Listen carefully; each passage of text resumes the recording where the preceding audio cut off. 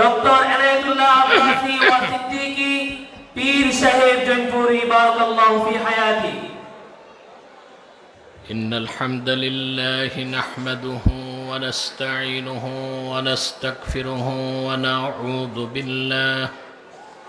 ونعوذ بالله من شرور أنفسنا ومن سيئات أعمالنا من يهده الله فلا مضل له ومن يضلله فلا هادي له ونشهد أن لا إله إلا الله الحي القيوم الذي لا تأخذه سنة ولا نوم ونشهد أن سيدنا وحبيبنا ومولانا محمدا عبد الله ورسوله صلى الله عليه وعلى آله وصحبه وسلم الذي أكمل الله به قصر النبوة أي ختم الله به النبوة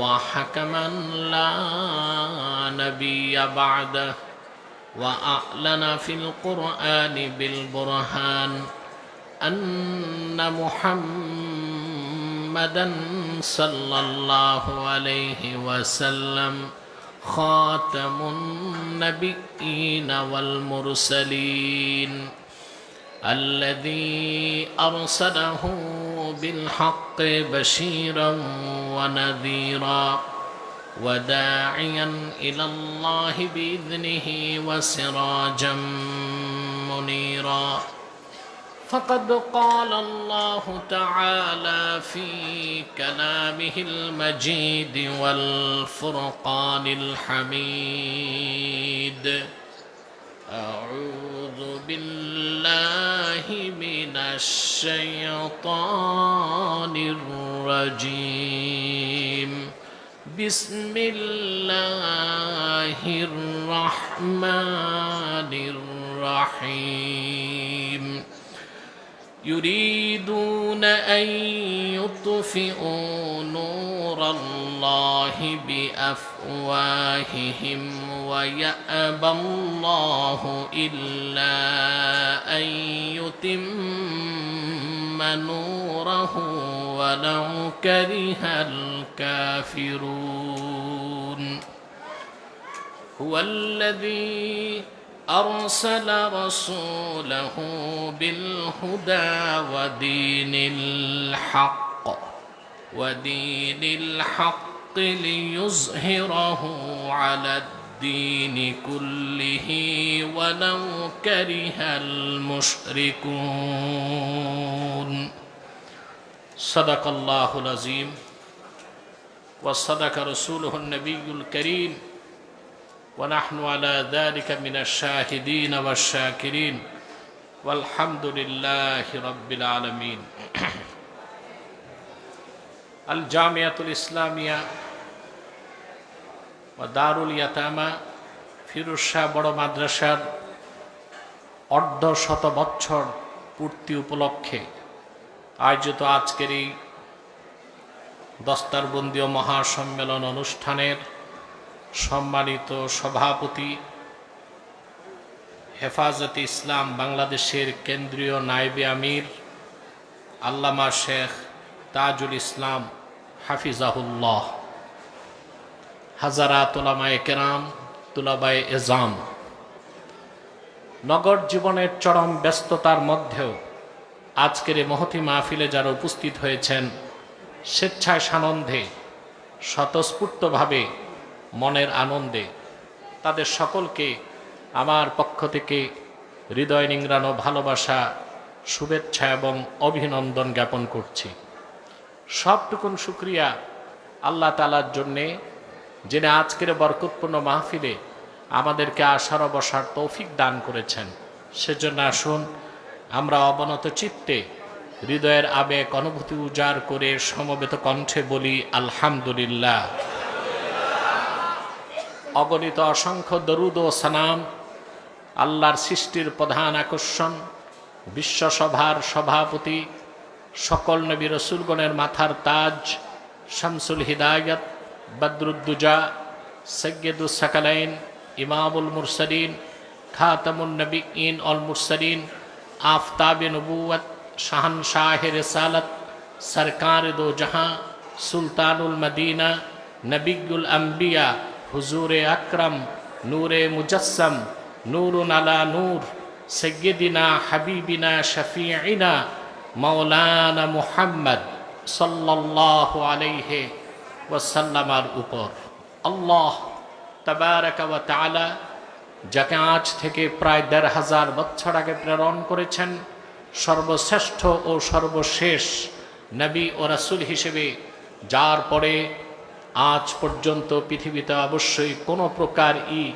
নবী কিংবা রাসূল অবশ্যই আসে নাই, অবশ্যই এখনো নাই, অবশ্যই কিয়ামত পর্যন্ত আসবে না।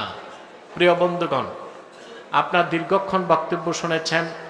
আপনাদের চট্টগ্রামের গর্ব, হকের পক্ষে যার কণ্ঠ অত্যন্ত উচ্চকিত, মুফতি শেখ হারুন ইজহার হাফিজাহুল্লাহ বক্তব্য রেখেছেন। তার ইমান আফরোজ বক্তব্য শুনে আপনারা আপনাদের মূল্যবান সময়কে ধন্য করেছেন, আলহামদুলিল্লাহ। আমি আজকে আপনাদের সামনে তেলাওয়াত করেছি সূরা তাওবা থেকে দুটো আয়াত, ৩২ এবং ৩৩। খুব সংক্ষেপে এই দুটো আয়াতকে কেন্দ্র করে কিছু কথা আপনাদের সামনে তুলে ধরার চেষ্টা করব ইনশাআল্লাহ। আমাদের দেশে অধিক সংখ্যক মুসলমান চায় আল্লাহর দিন মোতাবেক চলতে, আহকামে শরিয়া প্রতিষ্ঠিত হোক, এটা চায়, ঠিক না? কিন্তু বাস্তবে আহকামে শরিয়া প্রতিষ্ঠিত করার ক্ষেত্রে যথেষ্ট বিড়ম্বনা রয়ে গেছে বাংলাদেশে। শাসক শ্রেণীর সাথে আলেম শ্রেণীর একটা দ্বন্দ্ব সবসময় লেগেই আছে, ঠিক না?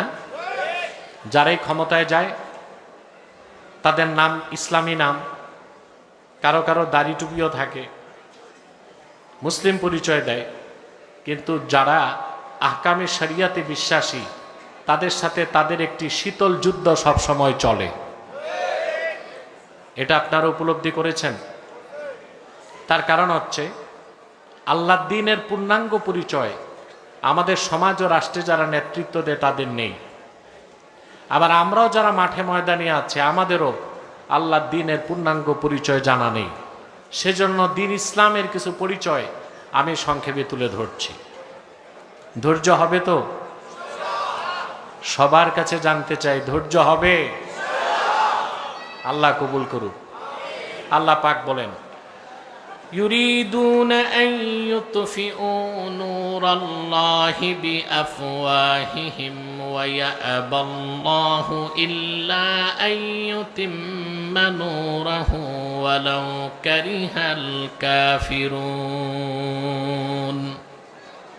কাফেরেরা, মুশরিকেরা, অবিশ্বাসীরা চায় তাদের মুখের ফু দিয়ে আল্লাহর নূরকে নিভিয়ে দিবে। জোরে বলেন নাউজুবিল্লাহ। ওয়া ইয়াবাল্লাহু ইল্লা আইয়ুতিম্মা নূরাহ। আর আল্লাহ তার নূরকে পরিপূর্ণতা দান করা ছাড়া অন্য কিছুকে অস্বীকার করেছেন, অর্থাৎ অবশ্যই তিনি তার নূরকে পরিপূর্ণতা দান করবেন।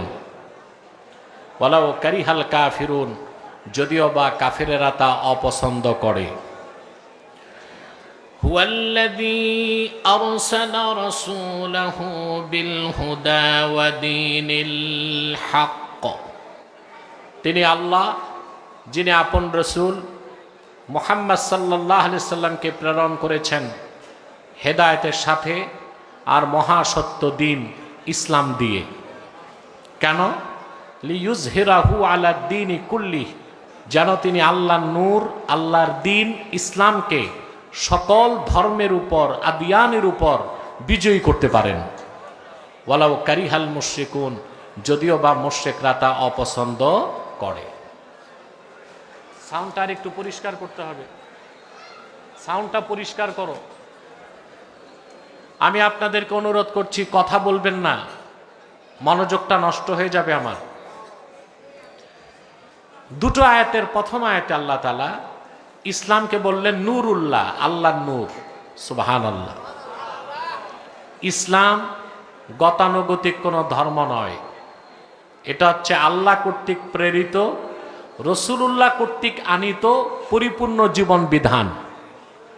এটা প্রথা সর্বস্ব কোনো ধর্ম নয়। আল্লাহ ইসলামকে বলেছেন নূরুল্লাহ, ইসলাম হচ্ছে আল্লাহ নূর। বলেন সুবহানাল্লাহ। বিভিন্ন জায়গায় আল্লাহ তাআলা ইসলামকে নূর বলেছেন। যেমন আল্লাহ রাব্বুল আলামিন বলেন, আল্লাহু ওয়ালিয়্যুল্লাযীনা আমানু ইউখরিজুহুম মিনাজ যুলুমাতি ইলান নূর। আল্লাহ পাক মুমিনদের অভিভাবক, তিনি তাদেরকে অন্ধকার সমূহের ভিতর থেকে একটি মাত্র নূরের দিকে বের করে আনেন। ওই নূর কি? আরেকটু জোরে। একই কথা আরেক জায়গায় বলেন, আলিফ লাম রা কিতাবুন আনজালনাহু ইলাইকা লিতুখরিজান নাসা মিনাজ যুলুমাতি ইলান নূর। প্রিয় হাবিব মুহাম্মদ সাল্লাল্লাহু আলাইহি ওয়াসাল্লাম, এই কোরআন আপনার উপর নাজিল করেছি যেন আপনি গোটা পৃথিবীর মানুষকে অন্ধকার সমূহের ভিতর থেকে টেনে একটা মাত্র নূরের দিকে নিয়ে আসতে পারেন। সে নূর হচ্ছে ইসলাম। আর এখানে তিনি ইসলামকে শুধু নূর বললেন না, নূরুল্লাহ বললেন, ইসলামের নিসবত করলেন নিজের দিকে। সুবহানাল্লাহ। ইউরিদুনা আন ইউতফিউ নূরাল্লাহি বিআফওয়াহিহিম ওয়া ইয়াবাল্লাহু ইল্লা আন ইউতিম্মা নূরাহু ওয়ালাউ কারিহাল কাফিরুন। কাফেরেরা চায়, মুশরিকরা চায়, অবিশ্বাসীরা চায় তাদের মুখের ফু দিয়ে আল্লাহ নূরকে নিভায় দিবে। এখানে মুখের ফু অর্থ কি? প্রশ্ন আসে না?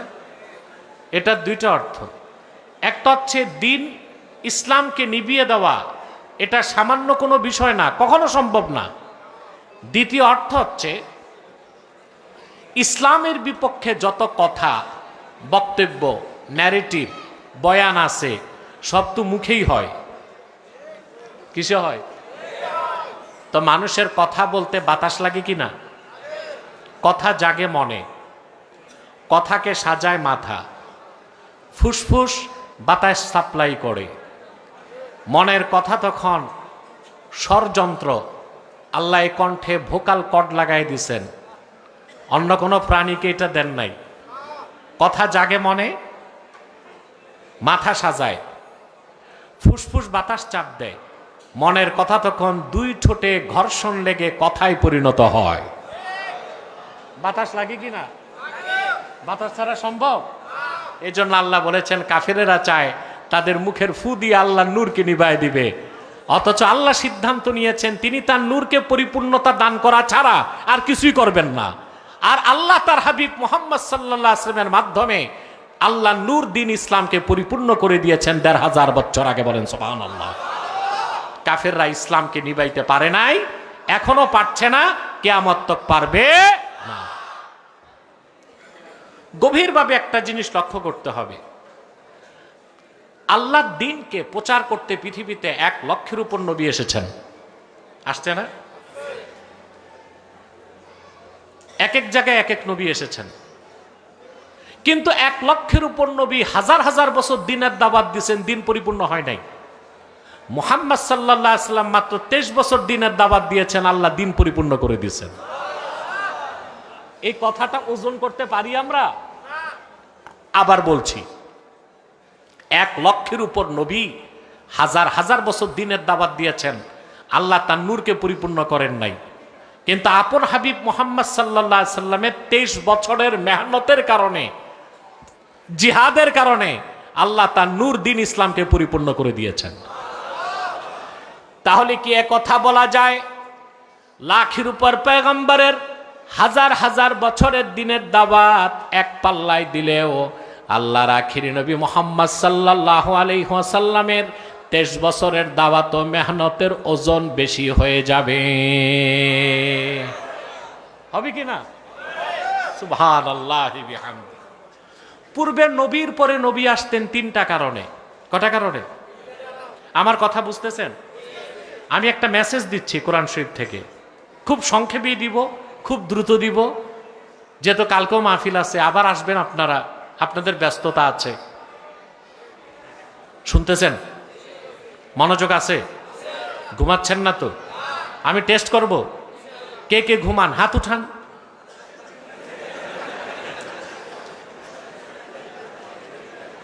বলা হয় হুজুগে বাঙালি, আমি বলে না বুঝে বাঙালি।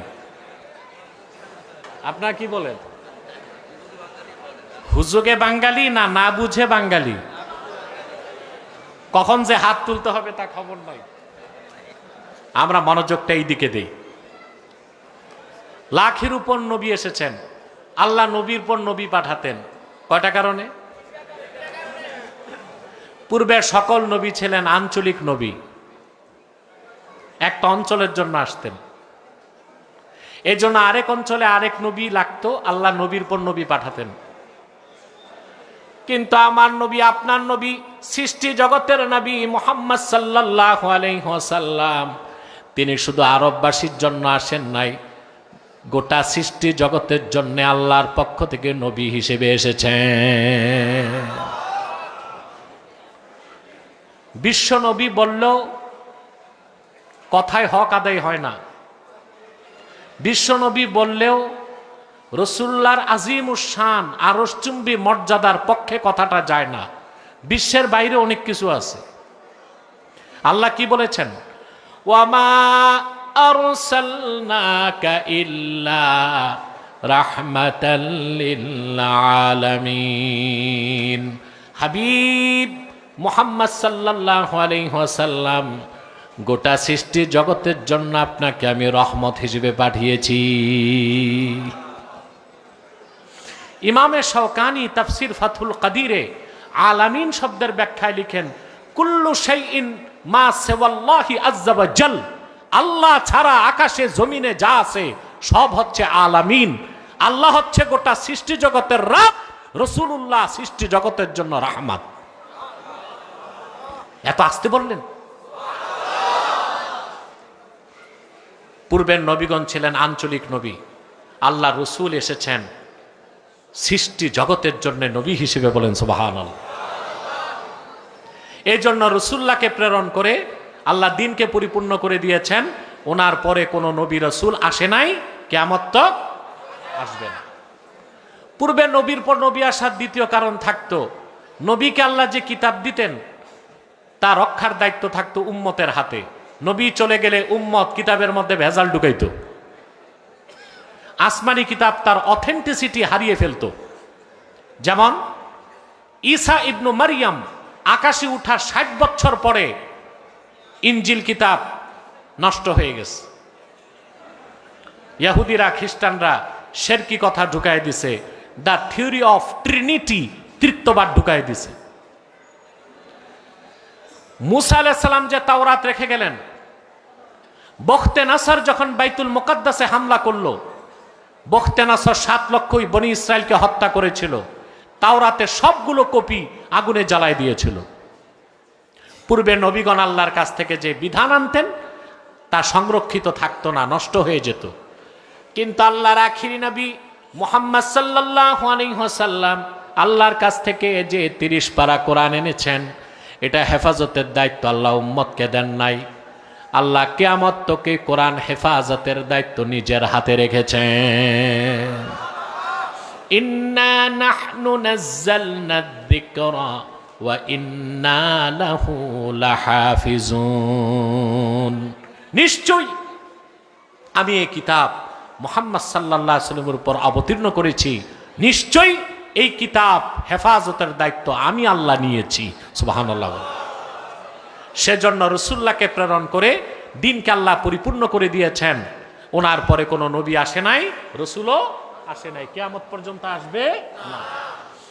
পূর্বে নবীর পর নবী আসার তৃতীয় কারণ থাকতো। ইমাম ফখরুদ্দিন রাজি তাফসির কবিরে লেখেন, ইন তারাকা শাইআম মিনান নাসিহাতি ওয়াল বায়ান ইয়াস্তাদরিকুহু মান ইয়াতি বাদা।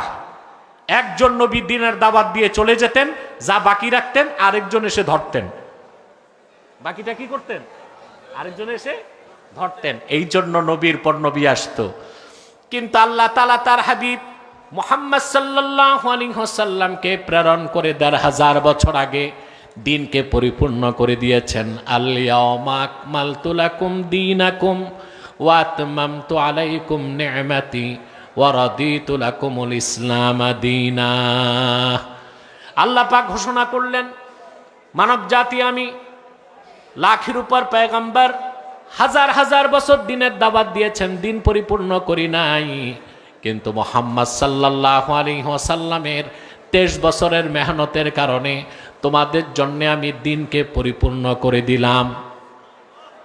তোমাদের উপর আমার নেয়ামতকে পরিসমাপ্ত করলাম, আর একমাত্র ইসলামকে আমি আল্লাহ দিন হিসেবে মনোনীত করলাম। এখন যে ব্যাখ্যাটা বুঝতে হবে, সেজন্য আল্লাহ তাআলা তার হাবিব মুহাম্মদ সাল্লাল্লাহু আলাইহি ওয়াসাল্লামকে প্রেরণ করে দিনকে পরিপূর্ণ করে দিয়েছেন, নবুয়তের রিসালাতের দরজা বন্ধ করে দিয়েছেন। এখন এই দিন অর্থ কি? বাংলাদেশের শতকরা 88% মুসলমান মনে করে দিনের একটাই অর্থ, দিন অর্থ ধর্ম। দিন অর্থ আসলে কি একটাই অর্থ? কথা বলেন ভাই, একটা অর্থ? দিনের 4টা অর্থ। দিনের একটা অর্থ হচ্ছে জাযা, কর্মফল। অর্থ কি? কর্মফল। আলহামদুলিল্লাহি রাব্বিল আলামিন আর রহমানির রহিম মালিকি ইয়াউমিদ্দিন, আয় মালিকি ইয়াউমিল জাযা। আল্লাহ হচ্ছেন কর্মফল দিবসের মালিক। তো দিন অর্থ শুধু ধর্ম না, দিনের একটা অর্থ কর্মফল। জোরে, কর্মফল। একই অর্থে আল্লাহ অন্যত্র বলেছেন লাকুম দীনুকুম ওয়ালিয়া দিন। এখানেও দিন অর্থ ধর্ম না, অর্থ কর্মফল। আমার দেশে লাকুম দীনুকুম ওয়ালিয়া দিনের অপব্যাখ্যা করে ধর্ম নিরপেক্ষতাকে প্রতিষ্ঠিত করার চেষ্টা হয়েছে। হয়েছে না? বলছে, আল্লাহ বলছেন তোমার ধর্ম তোমাদের ধর্ম তোমাদের জন্য, আমার ধর্ম আমার জন্য। এখানে দিন অর্থ ধর্ম না, দিন অর্থ এখানে জাযা। অর্থাৎ কাফেরেরা তোমাদের কাজের কর্মফল তোমরা পাবে, আর আমার কাজের পুরস্কার আমি আল্লাহর কাছে পাবো। বিগত 16 বছর ধর্মনিরপেক্ষতার বিষাক্ত বিষ বাষ্প স্কুল, কলেজ, ভার্সিটি থেকে শুরু করে অনেক মাদ্রাসায় ঢুকে গিয়েছিল। অনেক দালাল মৌলবী আমরা দেখেছি যারা ধর্মনিরপেক্ষতার পক্ষে সাফাই গিয়েছে। গায় নাই? কথা বলেন। এই মৌলবীগুলো এখন চুপচাপ আছে। নেতারা এসে স্টেজে বক্তব্য দিত, লাকুম দীনুকুম ওয়ালিয়া দিন, ধর্ম যার যার। সহিহ আল বুখারী। কোনটা কোরআন শরীফে আছে, কোনটা বুখারী শরীফে আছে, এই খবর। এখানে দিন অর্থ কর্মফল। দিনের একটা অর্থ কি? দিনের আরেকটা অর্থ ইতাআত, আনুগত্য, বন্দেগী। যেমন আল্লাহ বলেন, ওয়ামা উমিরু ইল্লা লিয়া'বুদুল্লাহা মুখলিসিনা লাহুদ্দিন। এখানে দিন অর্থ ইতাআত, অর্থাৎ আনুগত্য, বন্দেগী, ইবাদত হবে আল্লাহর জন্য খালেস। বলেন সুবহানাল্লাহ। দিনের আরেকটা অর্থ হচ্ছে ঈমান। আরেকটা অর্থ কি? কুল আতুআল্লিমুনাল্লাহা বিদীনিকুম ওয়াল্লাহু ইয়া'লামু মা ফিস সামাওয়াতি ওয়া মা ফিল আরদ। মুহাম্মদ সাল্লাল্লাহু আলাইহি ওয়াসাল্লাম, আপনি বলুন মুনাফিকদেরকে, বেদুইনদেরকে, আরাবীদেরকে, তোমরা কি তোমাদের দিনের ব্যাপারে আল্লাহকে শিখাতে চাও? এখানে দিন মানে ঈমান, অর্থাৎ তোমাদের অন্তরে ঈমান আছে না নাই আল্লাহ ভালো করে জানেন। দিনের কয়টা অর্থ? একটা অর্থ কর্মফল, দিনের আরেকটা অর্থ হচ্ছে আনুগত্য, দিনের আরেকটা অর্থ হচ্ছে ঈমান, দিনের আরেকটা অর্থ হচ্ছে জীবন বিধান। যেমন আল্লাহ তাআলা বলেছেন, ওয়া মান ইয়াবতাগি গায়রাল ইসলামি দীনান ফালান ইউকবালা মিনহু ওয়া হুয়া ফিল আখিরাতি মিনাল খাসিরিন। আর যে ব্যক্তি মুহাম্মদ সাল্লাল্লাহু আলাইহি সাল্লামের আনিত দ্বীনকে, ইসলামকে দ্বীন হিসেবে গ্রহণ না করবে, দস্তুরে নিজাম হিসেবে গ্রহণ না করবে, জীবন বিধান হিসেবে মেনে না নিবে, তার কোনো সৎকর্ম আল্লাহর কাছে গৃহীত হবে না। কয়টা অর্থ পেলাম? এখানে দ্বীন অর্থ হচ্ছে দ্বীন ইসলাম, পূর্ণাঙ্গ জীবন বিধান। আল্লাহ যেটা বলেছেন যে সেই দ্বীনকে আল্লাহ পরিপূর্ণ করে দিয়েছেন, বলেন সুবহানাল্লাহ। সেই দ্বীনকে আল্লাহ বলেছেন আল্লাহ নূর, আল্লাহ নূর, দ্বীন ইসলাম চেরাগে মুহাম্মাদি কাফেররা ১৫০০ বছর আগেও নির্বাপন করতে পারে নাই, এখন পর্যন্ত কেউ পারে নাই, কোন সম্প্রদায় গোষ্ঠীর পক্ষে সম্ভব হয় নাই। কিয়ামত পর্যন্ত দ্বীন ইসলামের নূরের এক জাররা পরিমাণ ক্ষতি করার ক্ষমতা কারো নাই। এখন আসেন, আমাদের দেশে তো বক্তার অভাব নাই। দুইটা কাজে বাংলাদেশে এলেম লাগে না, পড়াশোনা লাগে না। কয়টা কাজে? এক বক্তা হইতে, আরেক পীর হইতে। এক বক্তা হইতে আরে পীর হইতে। দেশে অধিকাংশ পীর সাহেবের পড়াশোনা নাই। দাদা পীর, বাবা পীর, নাতি, নাতিতে একেবারে পীরানে পীর দাস্তগীর। আপনাদের চট্টগ্রাম এগুলো খুব বেশি, ঠিক না? অবশ্যই আল্লাহওয়ালা বুজুর্গ মুতাসাউফ হক্কানি পীরদেরকে আমরা বিশ্বাস করি। সুফিবাদী এক জিনিস আর মুতাসাউফ, সুফিবাদী এক জিনিস আর মুতাসাউফ আরেক জিনিস। ইলমুত তাসাউফ ইসলামের একটি অংশ, সুফিবাদ একটি শিরকি এবং কুফরি মতবাদ। সুফিবাদ একটি শিরকি এবং কুফরি মতবাদ, আর তাসাউফ তরিকত এটা ইসলামের অংশ, বলেন সুবহানাল্লাহ। এখন আসেন, এই বক্তা স্কলার বা বিভিন্ন আলেমরা কথায় কথায় বলে, এখন বেশি শুনতে পাচ্ছি নির্বাচন উপলক্ষে অনেক পীর, অনেক বক্তা বলেন আমাদেরকে ভোট দিবেন, ইসলাম বিজয়ী হবে। আশ্চর্য কথা, ইসলামের বিজয় তো ১৫০০ বছর আগেই হয়ে গেছে। আপনার পাশ আর ফেলের সাথে তো ইসলামের বিজয় সম্পর্ক নাই। বলা যেতে পারে আমাদেরকে ভোট দিলে ইসলামপন্থীরা বিজয়ী হবে। ইসলামের বিজয় এক জিনিস আর ইসলামপন্থীদের বিজয় আরেক জিনিস, ঠিক কিনা? দ্বীন ইসলামকে আল্লাহ পরিপূর্ণ করে দিয়েছেন, তারপরে সেই দ্বীন ইসলামকে আল্লাহ বিজয়ীও করে দিয়েছেন। পরের আয়াতে আল্লাহ তাআলা বলেন, হুয়াল্লাযী আরসালা রাসূলাহু বিল হুদা ওয়া দীনিল হাক্কি লিইয়ুযহিরাহু আলাদ-দীনি কুল্লিহি ওয়ালাউ কারিহাল মুশরিকুন। আল্লাহ তাআলা মুহাম্মদ সাল্লাল্লাহু আলাইহি সাল্লামকে প্রেরণ করে দ্বীন ইসলামকে পরিপূর্ণ করে দিয়েছেন। মুহাম্মদ সাল্লাল্লাহু আলাইহি সাল্লামকে আল্লাহ প্রেরণ করেছেন হেদায়েতের সাথে, সেই হেদায়েত হচ্ছে ৩০ পারা কোরআন। ওয়া দীনিল হক, মহাসত্য দিন সহকারে। কেন? লিইয়ুযহিরাহু আলাদ-দীনি কুল্লিহি, যেন তিনি আল্লাহর দ্বীনকে সকল দ্বীনের উপর বিজয়ী করতে পারেন। তাহলে ইসলামের বিজয় কি বাকি আছে না ১৫০০ বছর আগে হয়ে গেছে? ইসলামের বিজয় কি বাকি আছে না ১৫০০ বছর আগে হয়ে গেছে? তাহলে আমরা এটা কেন বলি আমাদেরকে ক্ষমতায় পাঠান, ইসলাম বিজয়ী হবে? এই কথাটা কি সঠিক না ভুল? কথা বলেন, সঠিক না ভুল? কোরআন শরীফের বক্তব্যের পক্ষে যায় না বিপক্ষে? ইসলাম বিজয়ী হয়ে গেছে, আপনাদের বিজয় বাকি আছে।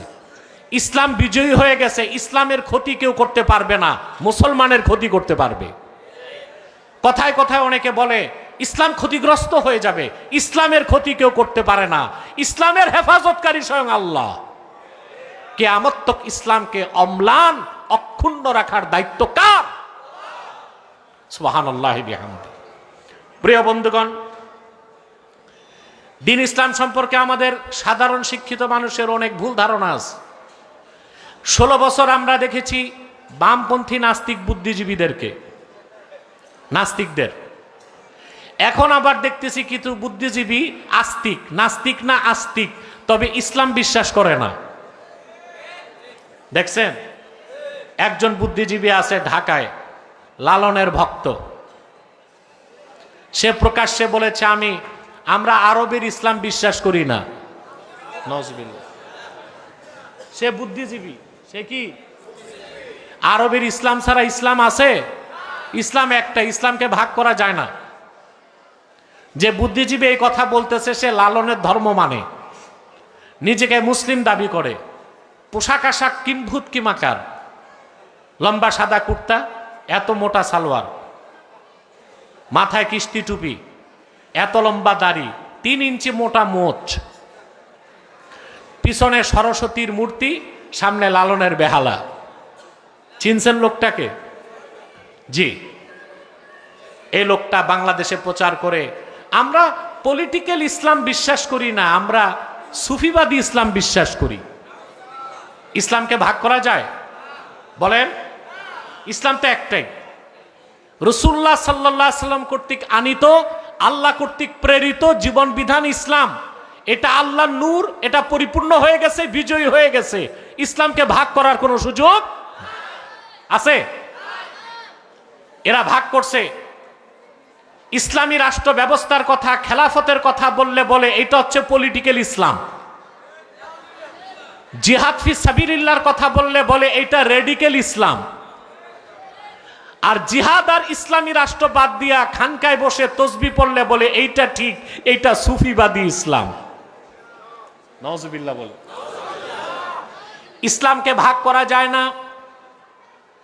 সিয়াসতে ইসলামিয়া, ইসলামী রাজনীতি আমরা বিশ্বাস করি না। জোরে বলেন। আসিয়াসাতুল ইসলামিয়া জুজউল ইসলাম আল্লাযী লা ইয়াতাজাজ্জা। ইসলামী রাজনীতি ইসলামের অংশ, এটা ইসলাম থেকে ভাগ করা যায় না। কিন্তু ইসলামী রাজনীতি পূর্ণাঙ্গ ইসলাম নয়, পূর্ণাঙ্গ ইসলামের অংশ। জিহাদ ফি সাবিলিল্লাহ পূর্ণাঙ্গ ইসলাম নয়, পূর্ণাঙ্গ ইসলামের অংশ। তরিকত, তাসাউফ, ইলমে মারেফত পূর্ণাঙ্গ ইসলাম নয়, পূর্ণাঙ্গ ইসলামের অংশ। কোন একটাকে নিয়ে আমি পুরা ইসলামে আছি এটা বলার কোনো সুযোগ নাই। আর ইসলামের পরাজয় নাই, মুসলমানের পরাজয় হতে পারে, ইসলামের কোনো পরাজয় নাই। আপনাকে সুফিবাদী ইসলাম বললে কোন ইসলাম চিনেন? ইসলাম তো একটাই। জিহাদের কথা না বললে বলে এটা ঠিক, এটা সুফিবাদী ইসলাম। জিহাদ ফি সাবিলিল্লাহ অস্বীকারী মুসলমান না কাফের? শক্তি দিয়া বলেন মুসলমান না কাফের? যে জিহাদকে অস্বীকার করে আমরা তাকে মুসলমানই মনে করি না। জিহাদ ফি সাবিলিল্লাহ যে তাহরিফ করে, তাহরিফ অপব্যাখ্যা, তাকেও আমরা মুসলমান মনে করি না। এখন অনেকে বলতে চায় তরবারির যুদ্ধ হবে না, বুলেটে যুদ্ধ হবে না, ব্যালটে যুদ্ধ করবে। ব্যালটের এই গণতন্ত্রকে জিহাদ আখ্যা দেওয়া আরেকটি জঘন্য প্রতারণা মুসলমানের সাথে। জিহাদকে জিহাদের জায়গায় রাখবেন। নিজেরা রাজনীতির নামে যে আকাম কুকাম করেন ওটারে হালাল বানাবার চেষ্টা করবেন না। হারামকে হালাল মনে করা কি কুফরি? কুফরি। قد ان عقد الاجماع على ان مستحل الحرمه কাফের। চারো মাযহাব একমত, হালালকে যে হারাম মনে করবে সে কি? এখন পশ্চিমাদের কোন মতবাদকে, কোন তন্ত্রকে, কোন আদর্শকে আপনি শুধু হালাল বললেন না, জিহাদ বলে দিলেন, আপনি কি আর দিনের উপর থাকেন? প্রিয় ভাইরা, এই সারা বাংলায় নয় পৃথিবীতে আল্লাহর ওয়ালিগণ দ্বীনের দাওয়াত দিয়েছেন। তারা দাওয়াতের কাজও করেছেন, জিহাদের কাজও করেছেন, খানকায় তাজকিয়ায়ে নফসের কাজ করছেন, ঠিক কিনা বলেন? মাদ্রাসায় কোরআন হাদিস পড়িয়েছেন, খানকায় তারা তালিম তারবিয়াত দিয়েছেন, ময়দানে তারা যুদ্ধ করেছেন। করেন নাই? আপনি ইসলামের ইতিহাস দেখান, উপমহাদেশে একজন এমন বুজুর্গ যে ওলি জিহাদ করে নাই। হযরত শাহজালালের নাম শুনছেন? উনি কি মুতাসাউফ ছিলেন কিনা? শুধু ছোটখাটো না, অনেক বড় সুফি সাধক।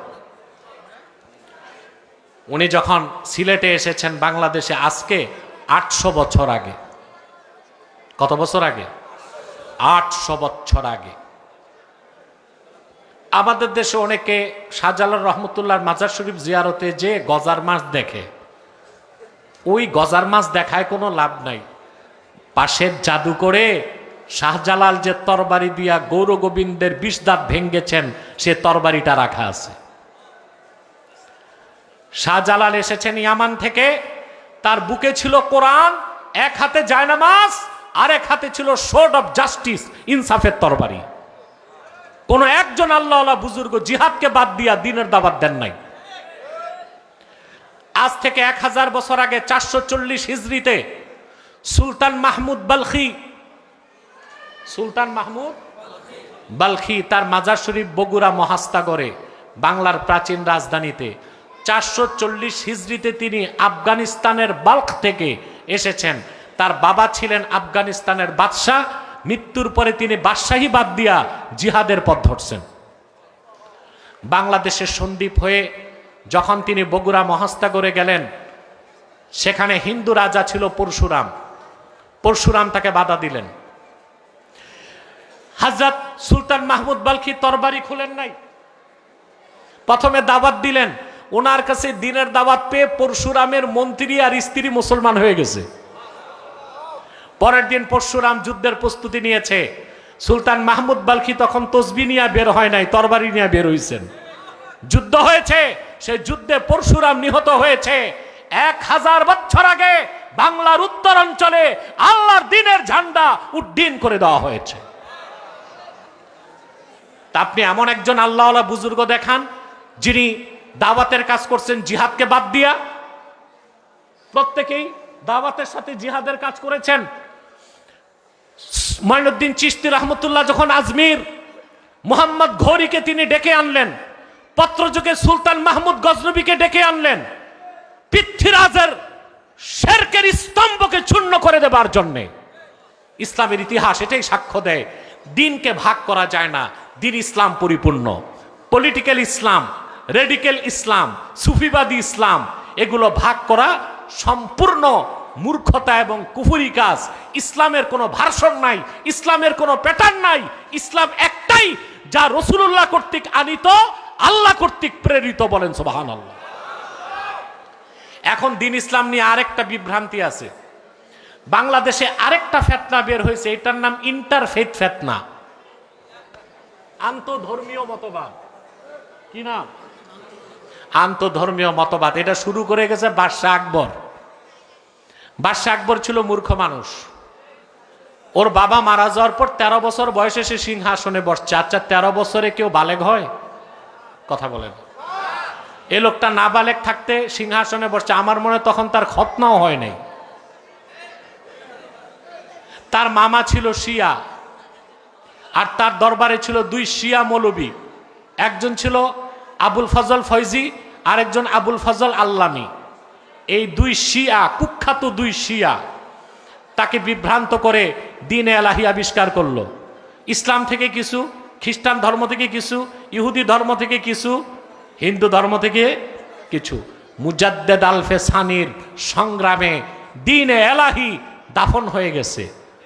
কিন্তু এখনো বাংলাদেশে কিছু লোক আছে যারা আন্তধর্মীয় মতবাদ প্রচার করে, ঢাকাতে সমাবেশ করে, লেখা থাকে আন্তধর্মীয় সম্প্রীতি অনুষ্ঠান। একজন আলেম বসে, আলেম তো না, আলেম নামের জালেম, একটা ব্রাহ্মণ বসে, একটা ঠাকুর বসে, একটা বৈদ্য বৈষ্ণব বসে। তারপর তারা শান্তির আলোচনা করে। কিসের আলোচনা? শান্তির আলোচনা। আচ্ছা ভাই, ইসলাম তো পরিপূর্ণ জীবন বিধান। ইসলাম বাদ দিয়া অন্য কোন ধর্মের ভালো কিছু নেওয়া যাবে? জোরে বলেন, যাবে? আমি এখন কিছু কঠোর কথা বলবো, নিতে পারবেন? ইসলাম পরিপূর্ণ জীবন বিধান। ইসলাম বিজয়ী হয়ে গেছে। ইসলামের বাইরে কিছুই আল্লাহ গ্রহণ করবেন? ইসলাম পরিপূর্ণ জীবন বিধান। আমাদের দেশে একটা স্লোগান দেয়, no east no west, Islam is the best. কথাটা সুন্দর, কিন্তু একটু ফাঁক আছে। কি আছে? ফাঁকটা কই জানেন? যে ইসলাম ইজ দ্য বেস্ট, ইসলাম সর্বশ্রেষ্ঠ, তবে ইসলামের সাথে কম শ্রেষ্ঠ থাকতে পারে। নাউজুবিল্লাহ বলবেন না? তাহলে স্লোগানটা শুনতে ভালো, কিন্তু ফাঁক আছে কি না? আমাদের slogan no east no west, Islam is the best, Islam is last, Islam is fully completed by almighty Allah. ইসলামই শুরু, ইসলামই শেষ, ইসলামই পরিপূর্ণ। ইসলাম ছাড়া কোনো ভালো কোনো কিছু নাই। আছে? ইসলামের বাইরে কিছু নেওয়া যাবে? রাজনীতির ক্ষেত্রে, অর্থনীতির ক্ষেত্রে, সমাজনীতির ক্ষেত্রে, সংস্কৃতির ক্ষেত্রে, শিক্ষার ক্ষেত্রে যারা মুহাম্মদ সাল্লাল্লাহু আলাইহি সাল্লামের উম্মত দাবিদার, তারা কোনোদিন ইসলামের বাইরে কোন তন্ত্র মন্ত্র মতবাদ মতাদর্শকে গ্রহণ করতে পারে না। ওটা মুসলিম না মুনাফিক, ওটা মুসলিম না মুনাফিক, ওটা মুসলিম না মুনাফিক। আমি একটা হাদিস আপনাদেরকে শোনাচ্ছি। আহমদ বিন হাম্বল মুসনাদে হাদিসটি মারফু মুত্তাসিল সনদে বর্ণনা করেছেন। ওমর রাদিয়াল্লাহু তাআলা আনহু একদিন আল্লাহ রাসূল সাল্লাল্লাহু আলাইহি ওয়াসাল্লামের কাছে আসলেন। তার হাতে কিছু কাগজ, কাগজে কিছু লেখা। আল্লাহর হাবিব বললেন, তোমার হাতে কি? হযরত ওমর বললেন যে আমার দূর সম্পর্কের এক আত্মীয় আছে বানু কুরাইজাতে। সেই ইহুদি তাওরাত সম্পর্কে খুব অভিজ্ঞ। শুনতেছেন? তাওরাতের মূল বক্তব্য সে লিখে দিছে। বলেন তো তাওরাত কার উপর নাজিল হয়েছিল? মুসা আলাইহিস সালামের উপর। তাওরাতের মূল শিক্ষা কাগজের মধ্যে লেখা। এই কথাটা শোনার সঙ্গে সঙ্গে আল্লাহর হাবিব সাল্লাল্লাহু আলাইহি সাল্লাম রাগান্বিত হলেন। আল্লাহর হাবিবের নূরের চেহারা মোবারকে রাগ ফুটে উঠল। হাদিসের রাবি বলেন, আমি হযরত ওমরকে বললাম, ওমর, আলা তারা বিওয়াজহি রাসূলিল্লাহ সাল্লাল্লাহু আলাইহি ওয়াসাল্লাম, তোমার কথায় রাসূলুল্লাহ কত রাগ করছেন তা কি তুমি দেখতেছো না? হযরত ওমর বুঝতে পেরে হাঁটু গেড়ে বসে গেলেন আর পড়তে লাগলেন, রাদিতু বিল্লাহি রাব্বা ওয়া বিল ইসলামি দীনা ওয়া বি মুহাম্মাদিন সাল্লাল্লাহু আলাইহি ওয়াসাল্লাম রাসূলা। পড়েন, রাদিতু বিল্লাহি রাব্বা ওয়া বিল ইসলামি দীনা ওয়া বি মুহাম্মাদিন সাল্লাল্লাহু আলাইহি ওয়াসাল্লাম রাসূলা। আল্লাহর হাবিবের রাগ কমে গেল। তারপর আল্লাহর হাবিব সাল্লাল্লাহু আলাইহি সাল্লাম হযরত ওমরকে যে কথা বললেন, আমি বলছি আপনি মনের পাতায় লিখে রাখুন। আল্লাহর হাবিব বললেন, ওমর শোনো, লাউ আসবাহা ফিকুম মূসা সুম্মা তাবাতুমুহু ওয়া তারাকতুমুনি লাদালালতুম।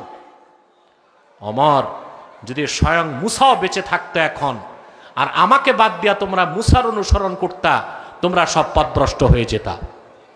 ঠিক এরপরে আরেকটা রিওয়ায়াত আসছে সহিহ সনদে, রাসূলুল্লাহ সাল্লাল্লাহু আলাইহি ওয়াসাল্লাম বলেছেন, যদি মূসা এখন বেঁচে থাকতো, আমি মুহাম্মদ সাল্লাল্লাহু আলাইহি ওয়াসাল্লামের অনুসরণ করা ছাড়া তারও মুক্তির কোনো ব্যবস্থা থাকতো না। এখন আপনাদের কাছে আমার প্রশ্ন, আপনি ইসলাম মানেন, রাসূলুল্লাহর উম্মত দাবি করেন, ইসলামকে পূর্ণাঙ্গ জীবন বিধান বলছেন, তারপর ইসলাম থেকে সমাধান না নিয়া পশ্চিমাদের মতাদর্শ থেকে সমাধান নিচ্ছেন কেন? এটা কি মুনাফিকি নয়? জোরে বলেন। নেওয়া যাবে? যেখানে মুসা নবীর তাওরাত থেকে নেওয়ার সুযোগ নাই, ঈসা নবীর ইনজিল থেকে নেওয়ার সুযোগ নাই, এখন তাওরাতও নাই, ইনজিলও নাই, যা আছে সব খ্রিস্টান ইহুদিদের বানোয়াট। কোন ধর্মের ভালো কিছু নেওয়া যাবে না, শুধু ইসলাম, একমাত্র ইসলাম, কেবলমাত্র ইসলাম। ঠিক কিনা বলেন? নাস্তিকরা বলতে পারে, আপনি তো গায়ের জোরে কথা বললেন, দলিল তো দিলাম। মুসলমান দলিলে বিশ্বাসী না যুক্তিতে বিশ্বাসী? দলিলে বিশ্বাসী আমরা। 1 লক্ষ যুক্তি এক পাল্লায়, একটা দলিল কোরআন হাদিসের এক পাল্লায়। কোনটা মানি? কোনটা মানি? দলিল মানি। ঠিক কিনা? এখন নাস্তিকরা বলতে পারে, আমরা তো দলিল মানি না, যুক্তি দেন। একটা যুক্তি দিব। হ্যাঁ, পৃথিবীতে সবচেয়ে কস্ট এক্সপেন্সিভ ঔষধ হচ্ছে ক্যান্সারের ঔষধ, কেমোথেরাপি। ঠিক না? 1 বোতল বিদেশি কেমোথেরাপি, 1 শিশি কিনতে লাগবে 70,000 টাকা। কত? এখন আপনি 1 শিশি কিনছেন, 1 বোতল কেমোথেরাপি ঔষধ, সেখানে তারিখ লেখা আছে 2025 নভেম্বর 21 তারিখ, রাত 12টা পর্যন্ত মেয়াদ আছে। বোতলের দাম কত? 2025 নভেম্বর 22 তারিখ রাত 1টায় দাম কত? কেন মেয়াদ? ইসলামের আগে যত ধর্ম এসেছে সব মেয়াদ চলে গেছে, রিজেক্ট হয়ে গেছে। এখন শুধু ইসলাম, ইসলামের বাইরে অন্য কোনো ধর্ম থেকে ভালো কিছু নেওয়ার কোনো সুযোগ নাই। প্রিয় বন্ধুগণ, আমরা ইসলামের উপর বেঁচে থাকতে চাই, ইসলামকে নিয়েই টিকে থাকতে চাই, ইসলামের জন্যই জীবন দিতে চাই, ঠিক কিনা বলেন? পশ্চিমাদের তন্ত্রমন্ত্র মতবাদ দিয়া ব্যক্তি জীবনও শান্তি আসবে না, পরিবার জীবনও শান্তি আসবে না, রাষ্ট্র জীবনও শান্তি আসবে না। কিন্তু আমার দেশ যারা পরিচালনা করছে, রাষ্ট্র পরিচালনা করছে, দিন সম্পর্কে তাদের কোনো জ্ঞান নাই, দিনের সাথে তাদের কোনো সম্পর্ক নাই। তারা সব পশ্চিমাদের দ্বারা মগজ ধোলাই করে বাংলাদেশে এসেছে। সেজন্য 16 বছর আপনারা রক্ত দিয়েছেন, গুম হয়েছে, খুন হয়েছে, অত্যাচার হয়েছে, জুলুম হয়েছে, নির্যাতন হয়েছে, দুর্নীতি হয়েছে, চুরি হয়েছে। আর এখন যারা দায়িত্ব নিয়েছে, এখন বাংলাদেশ সুখ শান্তির জনপদ হয়ে গেছে নাকি? নাকি চুরি আছে, দুর্নীতি? 16 বছর তারা গোশত খেয়ে গেছে, হাড্ডি রেখে গেছে, এখন যারা তারা হাড্ডি চাটতেছে। সব জায়গায় দুর্নীতি, সব জায়গায় কি দুর্নীতি। তারপরে একমত হতে পারে না। 9 মাস জাতীয় ঐক্যমত্য কমিশন বসছে, মিটিং করছে, ওনারা সবাই ঈমান আনছে গণতন্ত্রের উপর, তারপরে মতভেদ কেন? কথা বলেন। বুদ্ধিজীবীরা আমাদেরকে বলে আলেমরা এক হয় না কেন? আলেমরা তো একই আছে। কোন একজন আলেম বলবে যে এশার নামাজ 3 রাকাত, কয় রাকাত বলে? কোথাও দ্বন্দ্ব নাই। ঈমান, ইসলাম, ফরজ, ওয়াজিব, সুন্নতে কোনো দ্বন্দ্ব কোনো আলেমের নাই। নফলের ক্ষেত্রে, মুস্তাহাবের ক্ষেত্রে দ্বন্দ্ব আছে, ঠিক কিনা ভাই? তা আমরা এক আছি কিনা? ওনারা তো সবাই বিশ্বাস করে গণতন্ত্র, তো ওনারা 9 মাস বসে একমত হইতে পারলো না কেন? 9 মাসে ঐক্যমত্য কমিশনে চা নাস্তা খাইছে 54 লাখ টাকার, একমত হইতে পারে নাই। 84টা বিষয়ে একমত হয়েছে, বাকি হচ্ছে পয়েন্ট অফ ডিসেন্ট, একমত হইতে পারে নাই। এখন কি সব একমত হয়ে গেছে না আবার ফেরকা লাগছে? কেউ বলে গণভোট হবে, কেউ বলে গণভোট হবে না, কেউ বলে এখন হবে, কেউ বলে পরে হবে। আমি বলি গণভোট একদম দরকার নাই। আমার এই ব্যাপারে একটা লেকচার আছে। আমার যুক্তিটা কোথায়? গণভোট কি বাংলাদেশে আগে হয় নাই? 77 সালে 30শে মে গণভোট হয়েছিল বাংলাদেশে। জিয়াউর রহমানের 19 দফা ছিল, 19 দফার পক্ষে ভোট হয়েছে না? কথা বলে না। সংবিধান পরিবর্তন হয়েছিল? একটা ভালো কাজ প্রেসিডেন্ট জিয়াউর রহমান করে গেছে। গণভোটের মাধ্যমে সংবিধানকে পরিবর্তন করে তিনি সংবিধানে লিখেছিলেন বিসমিল্লাহির রহমানির রহিম। আরেকটা কথা লিখেছিলেন, বাংলাদেশ রাষ্ট্রের মূল নীতি হবে আল্লাহর উপর আস্থা ও বিশ্বাস। কিন্তু আপনারা যে সনদটাকে তৈরি করছেন, এই সনদে স্বাক্ষরের আগে ছিল এক কথা, স্বাক্ষরের পরে আরেক কথা। এখন সনদে আল্লাহর উপর আস্থা ও বিশ্বাসের কথা নাই। যদি গণভোটে সনদ পাশ হয়ে যায়, তাহলে আগামী সংবিধান থেকে আল্লাহর উপর আস্থা ও বিশ্বাস কথাটা বাদ দিতে হবে। এখন বলেন এই গণভোট চান? তাহলে গণভোট আগে হবে না পরে হবে এইটা বিতর্কের বিষয় না, সনদ ঠিক করতে হবে। যেই সনদ বাস্তবায়ন হলে আল্লাহর প্রতি আস্থা ও বিশ্বাস এই কথা সংবিধানে থাকবে না, সেই সনদও মানি না, সংবিধানও মানি না। প্রয়োজনে আরেকটা বিপ্লব বাংলাদেশে হবে ইসলামের পক্ষে।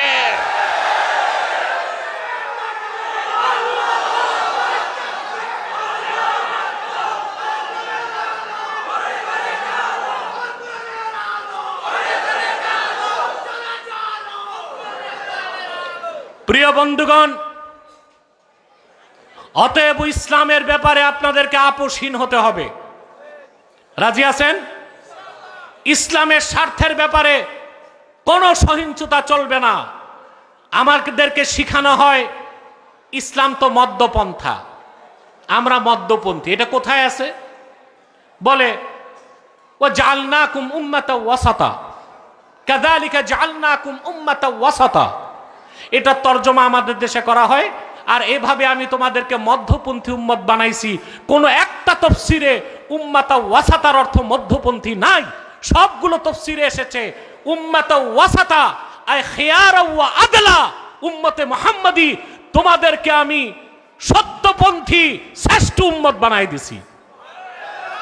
কিন্তু মধ্যপন্থী অর্থ করা হয় যেন আমরা জিহাদকে বাদ দেই, বিপ্লবকে বাদ দেই, ইসলামের পক্ষে যেন আন্দোলন সংগ্রাম না করি।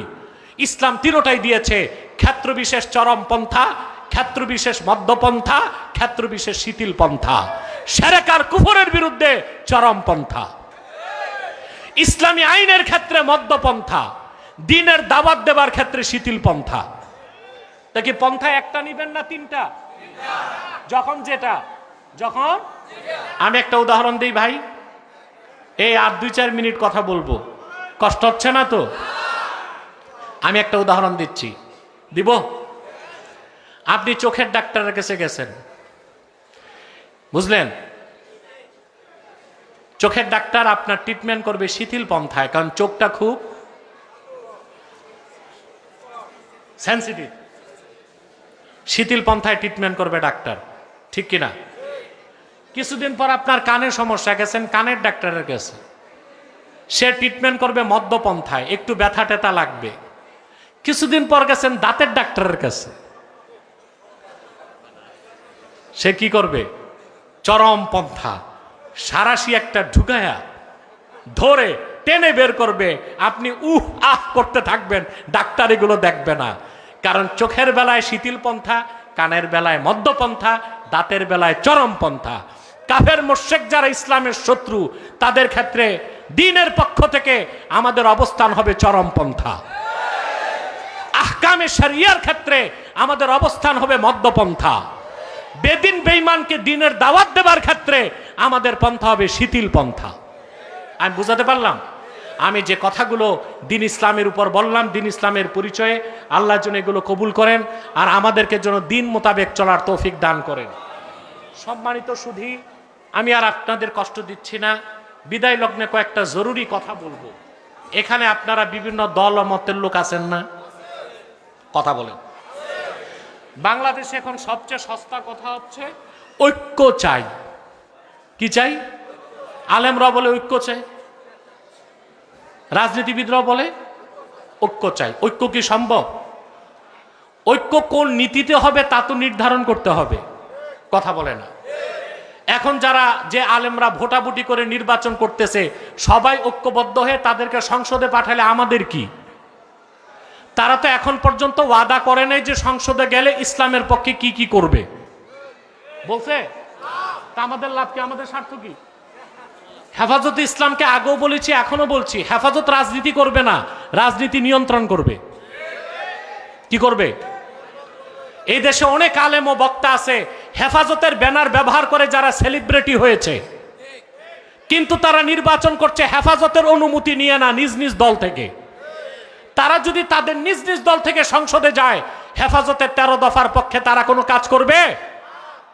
আমার এটাই বক্তব্য ছিল। 1 বছর আগে আমি হেফাজতের শীর্ষ নেতাদেরকে ঢাকায় বলেছিলাম, হেফাজত রাজনীতি করবে না, হেফাজতের একটা রাজনৈতিক উইং খুলতে হবে। যারাই হেফাজতে আছে সে তার দল থেকে নমিনেশন নেবে না, হেফাজতের পেডে হেফাজতের কাছে নাকে খত দিয়া তাকে নমিনেশন নিতে হবে। তাইলে সে সংসদে যে হেফাজতের 13 দফার পক্ষে কাজ করবে। আর হেফাজতকে ব্যবহার করে সেলিব্রিটি বক্তা হবে, কিন্তু নির্বাচিত হবে নিজের দল থেকে, সে তখন দ্বীনের পক্ষে কাজ করবে না, দলের পক্ষে কাজ করবে। তা আমাদের ঐক্য হতে হবে নির্দিষ্ট নীতিতে, ঠিক কিনা? আপনার যত লোক এখানে আছেন, যত লোক, এটা চট্টগ্রাম কত নাম্বার আসন? 4 নাম্বার আসন এটা চট্টগ্রাম, ঠিক না? বলেন নাউজুবিল্লাহ, সবাই বলেন। আমি যদি 4 নাম্বার আসনে এমপি ইলেকশনে দাঁড়াই, এখানে যত লোক আছেন 10 ভাগের 1 ভাগ লোক আমাকে ভোট দিবেন না। দিবেন? জি না, দিবেন না। আমাদের দেশের বক্তারা পীরেরা এটা বুঝে না, মাঠে যা দেখে মনে করে সব তো আমার লোক। নির্বাচনে দেখে জামানত গেছে, এখানে যত লোক এসেছে কথা শোনার জন্য, তার কারণ সবাই কোরআনকে বিশ্বাস করে। যখন আমি রাজনৈতিক স্বার্থ আনবো, ভাগ হয়ে যাবে। কি হয়ে যাবে? আমি আপনাদের কাছে অনুরোধ করছি, আজ হেফাজতের একজন বর্ষিয়ান নেতা এখানে আছেন, এই মাদ্রাসার প্রতিষ্ঠাতা, আল্লাহ তাকে হায়াত দারাজ করুক। এ কথাটি সারা দেশে বলি, 3টি স্বার্থে আমরা ঐক্যবদ্ধ হব। কটা স্বার্থে? ইসলামের সুমহান স্বার্থ রক্ষায় আমাদের এক হতে হবে। মুসলমানদের মৌলিক দাবিগুলো আদায়ে আমাদের এক হইতে হবে। আর বাংলাদেশের স্বাধীনতা রক্ষায় এক হইতে হবে। স্বাধীনতায় হাত আসতেছে, কালো হাত। ইতিমধ্যে বন্দর কিন্তু দিয়ে দেওয়া হচ্ছে, টের পাল্লাই। বন্দর রক্ষার দায়িত্ব সারা বাংলাদেশের মানুষের, কিন্তু সবচেয়ে বেশি দায়িত্ব চট্টগ্রামের মুসলমানের। বলেন, দেশের স্বাধীনতা রক্ষায় এক হইতে হবে। আমাদের এই 3টি স্বার্থের বিরুদ্ধে বাংলাদেশে কাজ করে 3টি অমুসলিম সম্প্রদায়। তার মধ্যে সবচেয়ে নিকৃষ্ট হচ্ছে কুখ্যাত কাদিয়ানি সম্প্রদায়। নিঃসন্দেহে তারা কাফের এবং অমুসলিম।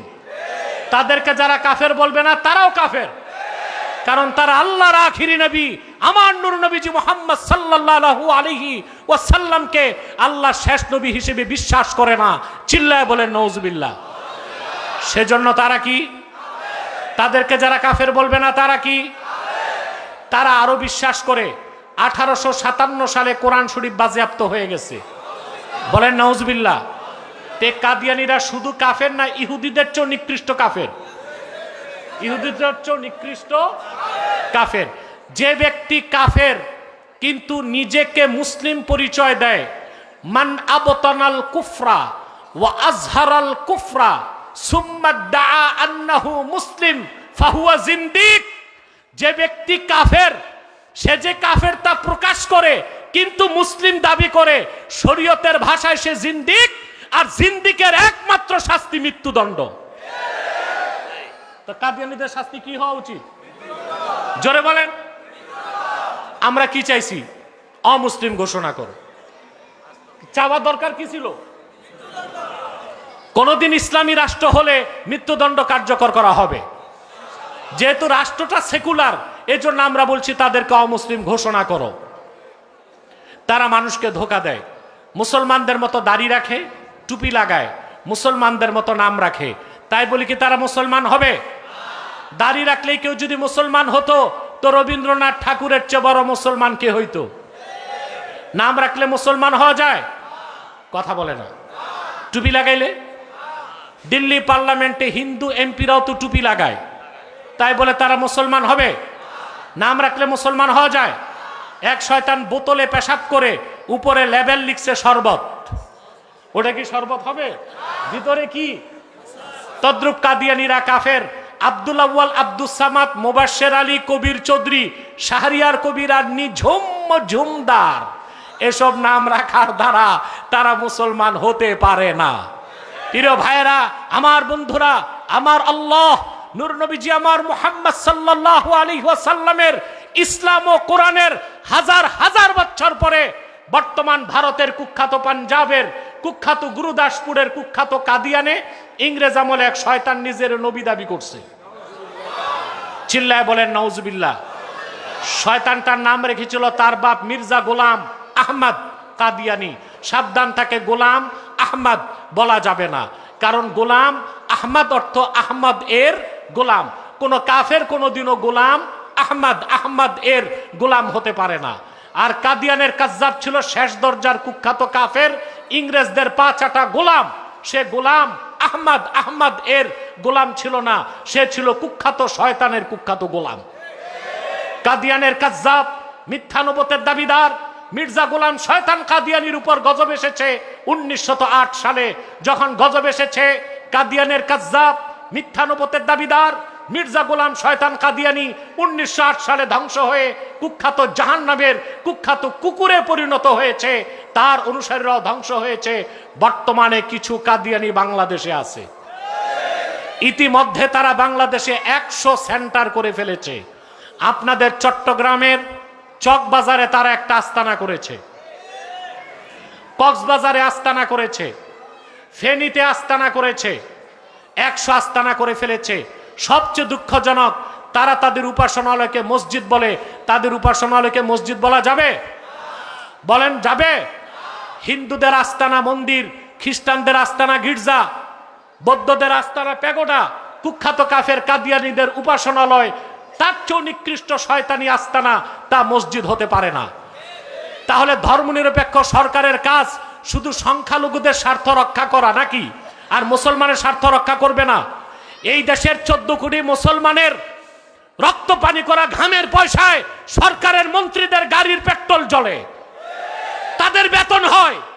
স্বয়ং ইউনূস বেতন নেয় এই দেশের মুসলমানের ট্যাক্সের টাকা থেকে। অতএব মুসলমানদের দাবি মানতেই হবে, কাদিয়ানীদেরকে অমুসলিম ঘোষণা করতেই হবে। নাম পরিবর্তন করে করে তারা মিথ্যা পরিচয় দেয়। কখনো নিজেদের পরিচয় দেয় আহমদী জামাত, কখনো বলে আহমদিয়া জামাত, কখনো বলে আহমদী সম্প্রদায়, কখনো বলে আহমদিয়া সম্প্রদায়, কখনো বলে আহমদী মুসলিম জামাত, কখনো বলে আহমদিয়া মুসলিম জামাত। সাবধান, যত কাদিয়ানি ছিল আছে থাকবে, তারা কেউ আহমদী জামাত নয়, আহমদিয়া জামাত নয়, আহমদী সম্প্রদায় নয়, আহমদিয়া সম্প্রদায় নয়, আহমদী মুসলিম জামাত নয়, আহমদিয়া মুসলিম জামাত নয়, তারা শয়তানি জামাত, কুখ্যাত জাহান্নামের কুখ্যাত কুকুরের দল। আমাদের সকল দলের একটাই দাবি, সকল মুসলমানের একটাই দাবি। সরওয়ার্দী উদ্যানে আমি বক্তব্য দিয়ে চলে আসার পরে শুনেছি কিছু ঘোষণা দেওয়া হয়েছে। শুনছেন না আপনারা? ঘোষণাগুলোর মধ্যে ছিল আবার আগামী বছর ডিসেম্বরে খাতমে নবুয়ত সম্মেলন হবে। তার মানে কি আমরা বছর বছর একটা সম্মেলন করব শুধু, এই নাকি? কথা বলে না। না, আমাদের চূড়ান্ত ঘোষণা আসা উচিত। আমি তো চেয়েছিলাম সরওয়ার্দী থেকে ঘোষণা আসবে নির্বাচনের আগে জরুরি অধ্যাদেশের মাধ্যমে কাদিয়ানীদেরকে অমুসলিম ঘোষণা করতে হবে।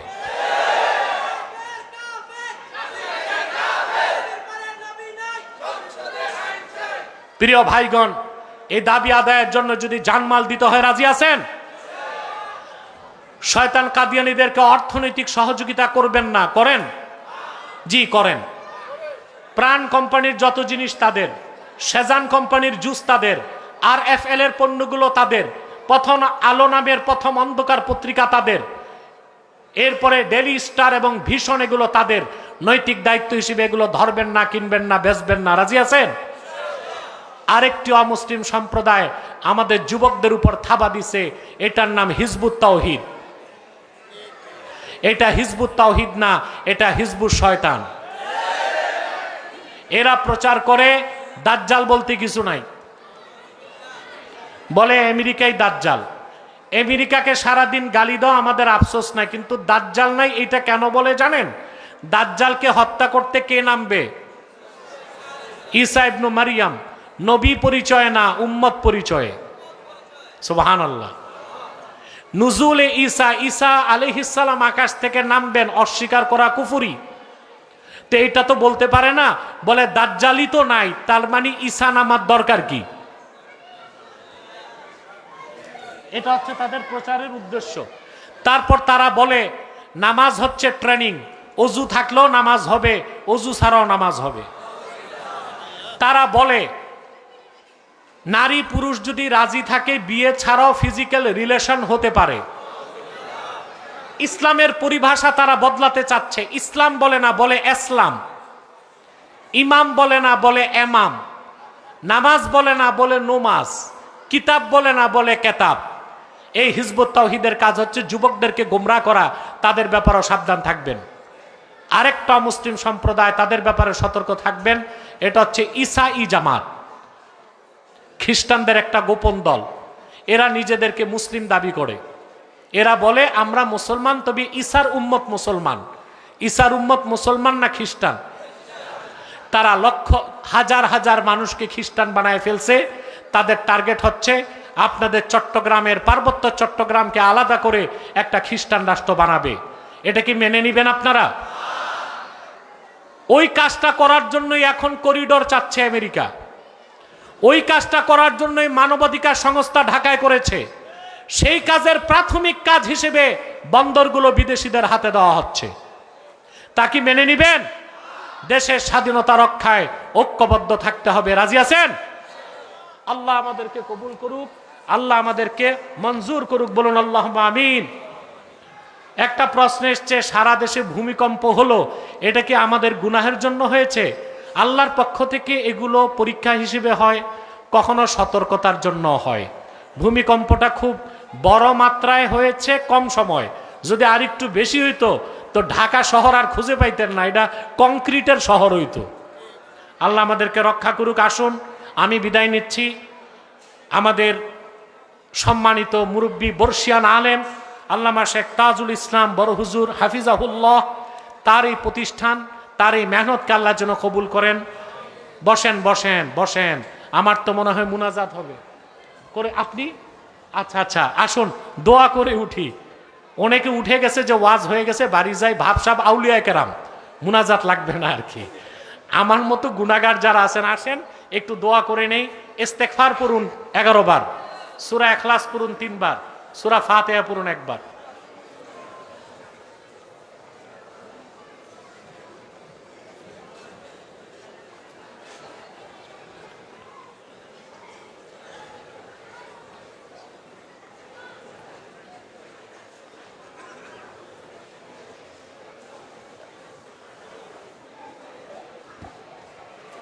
আস্তাগফিরুল্লাহাল আযীম, লা হাওলা ওয়ালা কুওয়াতা ইল্লা বিল্লাহিল আলিয়্যিল আযীম। আলহামদুলিল্লাহি রাব্বিল আলামিন ওয়াল আকিবাতু লিল মুত্তাকিন ওয়াস সালাতু ওয়াস সালামু আলা মুহাম্মাদিন সাল্লাল্লাহু আলাইহি ওয়াসাল্লাম রাহমাতিল লিল আলামিন ওয়া আলা আলিহি ওয়া সাহবিহি আজমাইন।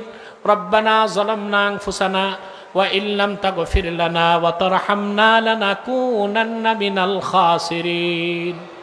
আল্লাহ তাআলা আল জামিয়াতুল ইসলামিয়া ও দারুল ইয়াতামা ফিরোজ শাহ বড় মাদ্রাসার আজকের মাহফিলে তোমার অসংখ্য জাকিরিন শাকিরিন তালিবিন বান্দাদেরকে নিয়ে দুটো হাত তুলেছি আল্লাহ। এতগুলো মানুষের মধ্যে যার দুটো হাত তোমার ভালো লাগে আল্লাহ, তার দুটো হাতের বিনিময়ে আমাদের জিন্দেগির সব গুনাহ মাফ করে দাও। হৃদয়ের গভীর থেকে দোয়া করি আল্লাহ, তোমার আখিরি নবী নূর নবীজি আমার মুহাম্মদ মুস্তাফা সাল্লাল্লাহু আলাইহি ওয়াসাল্লাম আজ থেকে ১৫০০ বছর আগে দুনিয়া থেকে বিদায় নিয়েছেন। হায়াতুন নবী হিসেবে জান্নাতুল ফেরদাউস রওজা মুবারকে বিশ্রাম নিয়েছেন।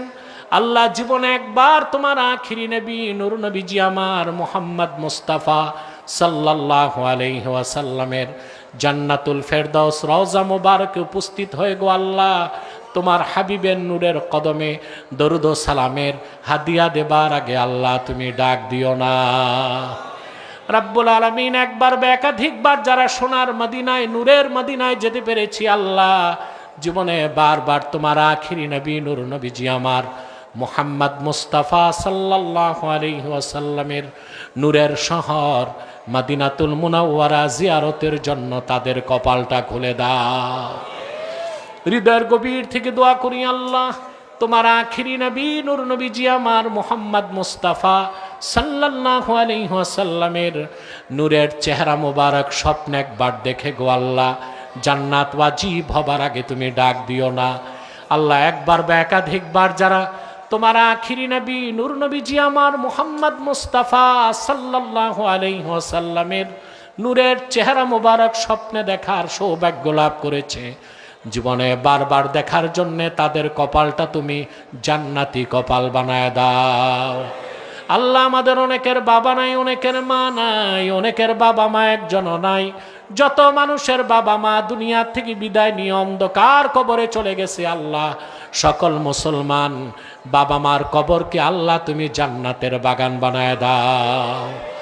রব্বুল আলামিন আল জামিয়াতুল ইসলামিয়া ফিরোজ শাহ বড় মাদ্রাসার কার্যক্রমে আজকের মাহফিলে তোমার যে বান্দারা ধন দিয়েছে, মন দিয়ে খেটেছে, আইনি সহায়তা করেছে আল্লাহ, একজন বর্ষিয়ান মুরব্বী আলেম আল্লামা শেখ তাজুল ইসলাম হাফিজাহুল্লাহকে সঙ্গ নিয়ে অসংখ্য আলেমদেরকে নিয়ে হাত তুলেছি। এই ধন আর মনকে কবুল করে আল্লাহ এই মাহফিলটা আমাদের সবার জন্য নাজাতের জরিয়া বানায় দাও আল্লাহ। জিন্দেগির গুনাহগুলো মাফ করে দাও, আল্লাহ ইসলামী জিন্দিগি যাপনের তৌফিক দান করো। আল্লাহ পর্দার আড়ালের মা বোন যারা, তাদের প্রত্যেককে এক একটি সোনার সংসার দান করো।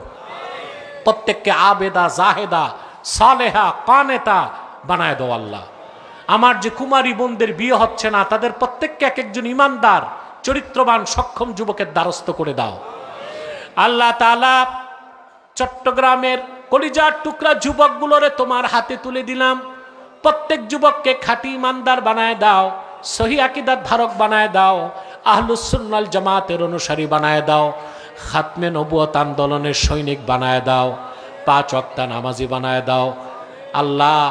যার চাকরি নাই তারে কর্ম দাও, যার ব্যবসা আছে বরকত দাও, আর যে বিদেশ যেতে চায় তার বিদেশ যাওয়ার স্বপ্ন পূরণ করে নাও। আল্লাহুম্মা ইন্না নাসআলুকাল আফিয়াহ, আল্লাহুম্মা ইন্না নাসআলুকা তামামাল আফিয়াহ, আল্লাহুম্মা ইন্না নাসআলুকা দাওয়ামাল আফিয়াহ, আল্লাহুম্মা ইন্না নাসআলুকা সালামাতা মিন কুল্লি বালিয়াতিদ দুনিয়া ওয়াল আখিরাহ, তাওয়াফফানা মুসলিমিন ওয়া আলহিকনা বিস সালিহিন। اللهم حبب إلينا الإيمان والقرآن وزينهما في قلوبنا وكره إلينا الشرك وزينهما في قلوبنا وكره إلينا الشرك والكفر والإسيان يا حنان يا منان ويا منزل القرآن يا حي يا قيوم برحمتك نستغيث أصلح لنا شأننا كله أصلح لنا شأننا كله أصلح لنا شأننا كله اللهم انصر المسلمين اللهم انصر المسلمين اللهم اخذل من خذل دين محمد صلى الله عليه وسلم واخذل من أنكر توحيدك ورسالة نبيك وعقيدة ختم النبوة ولا تجعلنا منهم ولا تجعلنا منهم ولا تجعلنا منهم اللهم انصر المسلمين في كل دولة من دول الإسلام اللهم انصر المسلمين الفلسطين والغزة وانصرهم نصرا عزيزا وارزقهم رزقا حلالا طيبا اللهم طهر بيت المقدس من نجس اليهود الصهيوني اللهم طهر بيت المقدس من نجس اليهود الصهيوني اللهم طهر بيت المقدس من نجس اليهود الصهيوني اللهم افتح لنا أبواب العنايات والكرامات والبركات يا رب كل شيء ومليكه نسألك بعزتك يا الله ভাইরা আমার একটি সময় ছেড়ে দিলাম, রাত অর্ধেকে প্রবেশ করে ফেলেছে। চক্ষুটা বন্ধ করুন, দিলটা নরম করুন। আল্লাহর আখিরি নবী নূর নবীজি আমার মুহাম্মদ সাল্লাল্লাহু আলাইহি ওয়াসাল্লামের ওসিলা ধরে আল্লাহর কাছে চান, যা চাইবেন তাই কবুল হয়ে যাবে। যদি পারেন সারা জীবনের গুনার কথা মনে করে মুনাজাতে আত্মসমর্পণ করে আমার আল্লাহর কাছে 2 ফোঁটা চোখের পানি ছেড়ে দেন, তওবাও কবুল হয়ে যাবে, দোয়াটাও কবুল হয়ে যাবে।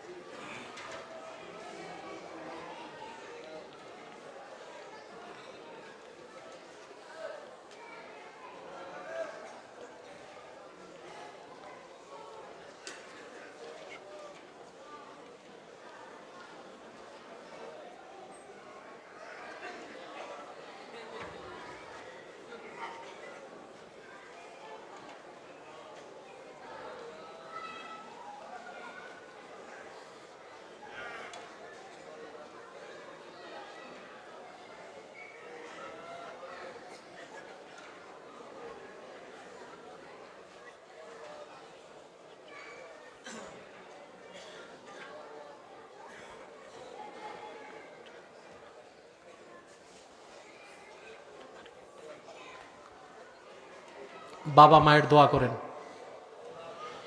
اللهم إنا نتوسل إليك بوسيلة حبيبك المحترم نبيك الخاتم نبينا ونبي الأنبياء محمد بن عبد الله نبي الله رسول الله صلى الله عليه وسلم الذي أكملت به قصر النبوة وحكمت لا نبي بعده وأعلنت في القرآن بالبرهان أن محمدًا صلى الله عليه وسلم خاتم النبيين والمرسلين قبل 1500 سنة وصلى الله تعالى على خير خلقه نبينا محمد نور الله وعلى آله وصحبه أجمعين برحمتك يا أرحم الراحمين السلام عليكم ورحمة الله تعالى وبركاته